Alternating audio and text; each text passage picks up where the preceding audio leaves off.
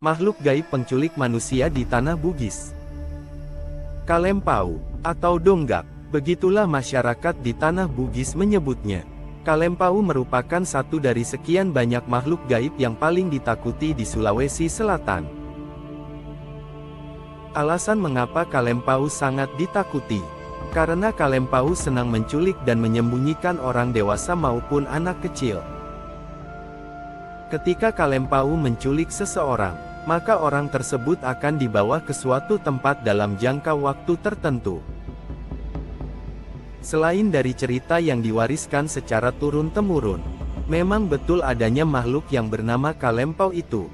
Dan di kampung saya sendiri pernah terjadi, ada 3 orang yang sudah menjadi korban penculikan oleh Kalempau. Orang yang disembunyikan oleh Kalempau, dia bisa melihat orang yang mencarinya. Sedangkan orang yang mencarinya tidak akan bisa melihat orang yang disembunyikan oleh Kalempau tersebut. Dan orang yang diculik oleh Kalempau, ketika ia ditemukan, ia akan terlihat linglung dan seperti orang bodoh. Dan hal itu bisa terjadi berminggu-minggu hingga berbulan-bulan lamanya. Agar bisa menemukan korban Kalempau, biasanya para warga yang mencarinya akan membawa fatafi, atau penampi beras. Dan sambil memukul-mukul fatafi itu serta menyebut nama orang yang diculik Kalempau. Menurut kepercayaan masyarakat Sulawesi, khususnya di Bugis, bahwa memukul penampi beras pada saat ada orang atau keluarga yang diculik oleh Kalempau, maka Kalempau akan mengembalikan korbannya tersebut ketika penampi beras dipukul berkali-kali.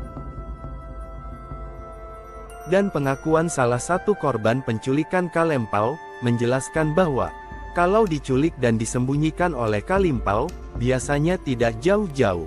Dan korbannya biasa disembunyikan di atas pohon, atau di sekitaran pohon keramat.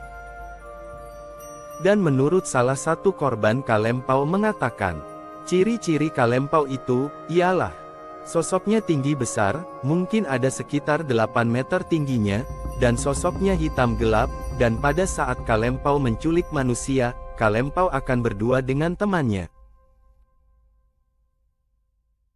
Terima kasih sudah mengikuti kami. Semoga kita semua selalu dalam limpahan rahmat-Nya Allah Subhanahu wa Ta'ala.